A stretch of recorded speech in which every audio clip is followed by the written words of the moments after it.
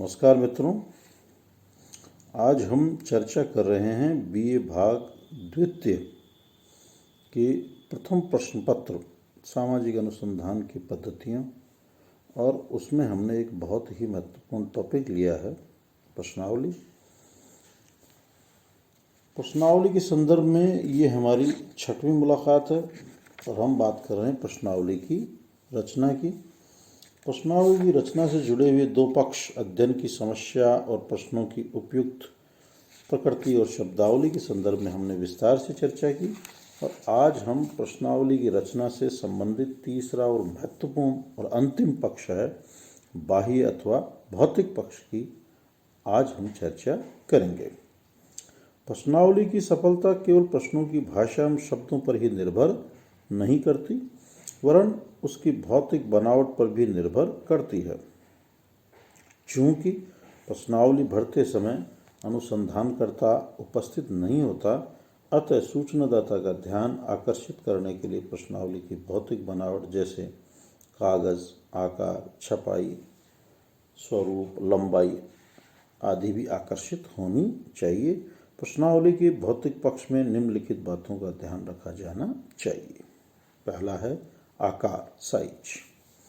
सामान्यतः प्रश्नावली बनाने के लिए कागज़ का आकार 8 बाई 12 इंच अथवा 9 बाई 11 इंच, यानी आप ये समझिए A4 साइज का जो पन्ना जिस पे आप फोटोकॉपी लेके आते हैं ना, अमूमन का होना चाहिए, जिन्हें आसानी से मोड़कर लंबे लिफाफे में रखा जा सके।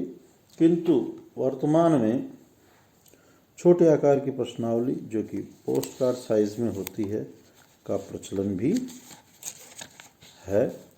और आजकल तो अब सोशल मीडिया का ज़माना है, तो सॉफ्ट कॉपीज़ का भी काफ़ी तरह के नए नए प्रचलन का काफ़ी तरह की नई नई चीज़ें आ रही है। दूसरा है कागज़, लेकिन हम ये ट्रेडिशनल पद्धतियों की बात कर रहे हैं अभी। जो मॉडर्न चेंजेस हैं उनको हमने अभी रिसर्च में इतना शामिल नहीं किया है। कागज़, प्रश्नावली के लिए प्रयोग किए जाने वाला कागज़ भी कड़ा, चिकना, मजबूत एवं टिकाऊ होना चाहिए। खुरदरा एवं जो छिकने वाला कागज़ जिसमें आर से पार दिखता है नहीं होना चाहिए। जहाँ तक हो कागज़ रंगीन अथवा ध्यान आकर्षित करने वाला होना चाहिए। विभिन्न प्रकार के विषयों से संबंधित प्रश्नावलियों में विभिन्न रंगों के कागज़ का प्रयोग करने से उनकी छटाई आसान हो जाती है। कागज़ पतला होने पे डाक व्यय भी कम लगता है। नेक्स्ट है छपाई, प्रिंटिंग।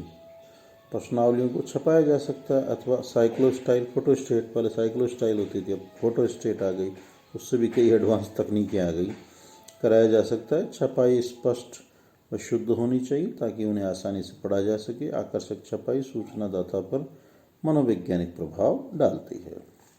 नेक्स्ट है प्रश्नावली की लंबाई, लेंथ ऑफ क्वेश्चनियर। प्रश्नावली बहुत अधिक लंबी नहीं होनी चाहिए। कल भी हमने इस पर चर्चा की थी। प्रश्नों की जब मैं बात बता रहा था तो बताया था आपको कि ज़्यादा प्रश्न नहीं होने चाहिए, जिससे भरने से उत्तरदाता ऊब और निरस्ता महसूस करे। सामान्यतः आधे घंटे में भरे जाने वाली प्रश्नावलियाँ उपयुक्त मानी जाती हैं, ज़्यादा प्रश्न नहीं होने चाहिए। अगला है हाशिया या जगह छोड़ा, मार्जिन, जगह छोड़ते हैं ना कॉपी के एक तरफ आप।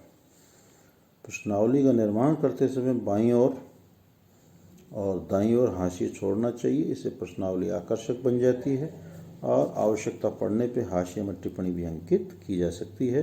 इसमें कागज़ को पंच कर फाइल करने की भी सुविधा होती है। प्रश्नावली को छापते समय अक्षरों तथा प्रश्नों के बीच पर्याप्त जगह छोड़नी चाहिए ताकि उसे पढ़ने में सुविधा हो तथा मुख्य प्रश्नों के उत्तर भी लिखे जा सकें। अगला है प्रसंगों या मदों की व्यवस्था। एक विषय से संबंधित सभी प्रश्नों को एक साथ या एक क्रम में लिखा जाना चाहिए और यदि प्रश्नों की संख्या अधिक हो तो उन्हें व्यवस्थित करके विभिन्न समूहों में बांट देना चाहिए। प्रश्नावली में शीर्षक, उपशीर्षक, कॉलम, सारणियन आदि सही क्रम में छपे होने चाहिए ताकि उनके संपादन में अधिक समय, श्रम, धन नहीं लगे। और अगला है प्रश्नावली की पूर्व जांच या पूर्व परीक्षण। ये इसका महत्वपूर्ण और अंतिम चरण है। प्रश्नावली का निर्माण करने के बाद उसका वास्तविक रूप से प्रयोग करने और डाक द्वारा सूचनादाता के पास भेजे जाने से पूर्व एक छोटे से निदर्शन के क्षेत्र में उनकी जांच कर लेनी चाहिए, ताकि प्रश्नावली में यदि किसी प्रकार की कोई त्रुटि है तो उसे सुधारा जा सके। प्रश्नावली के निर्माण में चाहे कितनी ही सावधानियां रखी गई हो और चाहे कितने ही अनुभवी व्यक्तियों एवं साहित्य का सहारा लिया गया हो, फिर भी उसमें कुछ कमियां रहने की संभावना रहती है। अतः आवश्यक है कि प्रश्नावली की पूर्व जांच कर ली जाए। इससे हमें ये ज्ञात हो जाएगा कि उत्तरदाता प्रश्नों को सही अर्थ में समझ पा रहा है या नहीं, और वे उसका क्या अर्थ लगाते हैं। प्रश्नावली की लंबाई, विषय वस्तु, भाषा शैली में किस प्रकार के संशोधन की कोई आवश्यकता है या नहीं है। कई बार प्रश्नावली के वितरण के बाद उनकी त्रुटि का पता लगता है, अतः यह आवश्यक है कि पहले से ही उनकी जांच कर लें और ये देख लें कि उनके निर्माण एवं शब्दावली में कोई कमी तो नहीं है। ये इसके हुए चरण।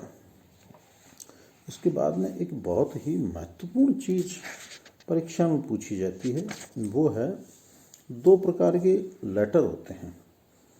एक तो होता है सहगामी पत्र, अकम्पनिंग लेटर, और एक होता है अनुगामी पत्र, फॉलो अप लेटर। जो मित्रों सहगामी पत्र है वो तो प्रश्नावली के साथ जाता है। समझ लें आप इसको दोबारा। 2 तरह के पत्र हैं, एक तो सहगामी यानी साथ जाने वाला, अनुगामी उसके पीछे पीछे जाने वाला। सहगामी पत्र तो क्या होता है, प्रश्नावली के साथ एक पत्र डाल, एक तो प्रश्नावली लेता है अनुसंधान करता, एक ये पत्र लेता है, इन दोनों को साथ एक लिफाफे में डाल के उत्तरदाता के पास भेजता है। तो अब समझें कि सहगामी पत्र होता क्या, इसमें क्या चीज़ होती है। पहली बात तो ये समझ गए आप कि ये सहगामी पत्र प्रश्नावली के साथ उत्तरदाता को भेजा जाता है, यानी प्रश्नावली के साथ जाता है। अब इसमें क्या मजमून लिखा होता है, इसमें मजमून लिखा होता है कि ये अनुसंधान करने वाली संस्था कौन है, क्या है, इसके क्या उद्देश्य हैं और इसकी आपसे क्या अपेक्षाएं हैं।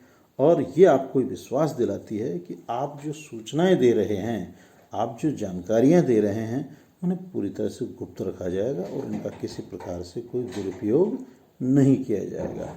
यानी प्रश्नावली के साथ जाने वाला वह प्रपत्र जिसमें अनुसंधानकर्ता उत्तरदाता से अनुसंधान के संदर्भ में, अनुसंधान करने वाली संस्था के संदर्भ में और उत्तरदाता को ये विश्वास दिलाना कि आप द्वारा दी गई सूचना, जानकारी, आंकड़ों का हम अनुसंधान के इतर किसी प्रकार का कोई दुरुपयोग नहीं करेंगे।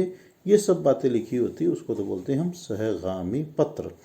और एक दूसरा होता है अनुगामी पत्र। अनुगामी पत्र की क्या भूमिका है कि जब प्रश्नावलियाँ निश्चित समय सीमा में उत्तरदाता द्वारा अनुसंधानकर्ता को भर के नहीं लौटाई जाती, तो अनुसंधानकर्ता उत्तरदाता को याद दिलाने के लिए, स्मरण कराने के लिए एक पत्र और भेजता है अलग से। इसमें वो ही सब बातें तो होती है कि क्या अनुसंधान करने वाली संस्था है, क्या उद्देश्य हैं। साथ साथ उसमें एक बात और ऐड करता है कि हमने आपको पूर्व में पत्र भेजा था, शायद किन्हीं कारणों ये नहीं लिखता है आपने भर के नहीं भेजा, किन्हीं कारणों या तो आपके पास पहुंचा नहीं या आप किन्हीं कारणों भर के नहीं पहुंचा पाए, तो उसे शीघ्र अतिशीघ्र इस पते पे पहुंचाने का कष्ट करें। ये कहलाता है आपका अनुगामी पत्र। कल मैं इनके ऊपर आपसे और विस्तार से चर्चा करूंगा। और मेरी पुनः आपसे बार बार यही गुजारिश, यही मेरी समझाइश कि आप घरों में रहें, स्वस्थ रहें, प्रसन्नचित रहें। इन वीडियोस को और जो अध्ययन सामग्री आपको PDF के माध्यम से, कंटेंट्स के माध्यम से मिल रही है, उसका अध्ययन अध्यापन करें, अवलोकन करें। इन वीडियोस को आप ज़्यादा से ज़्यादा लाइक, सब्सक्राइब करें, कमेंट्स करें और आप स्वस्थ रहें, प्रसन्नचित रहें। इन्हीं शुभकामनाओं के साथ धन्यवाद।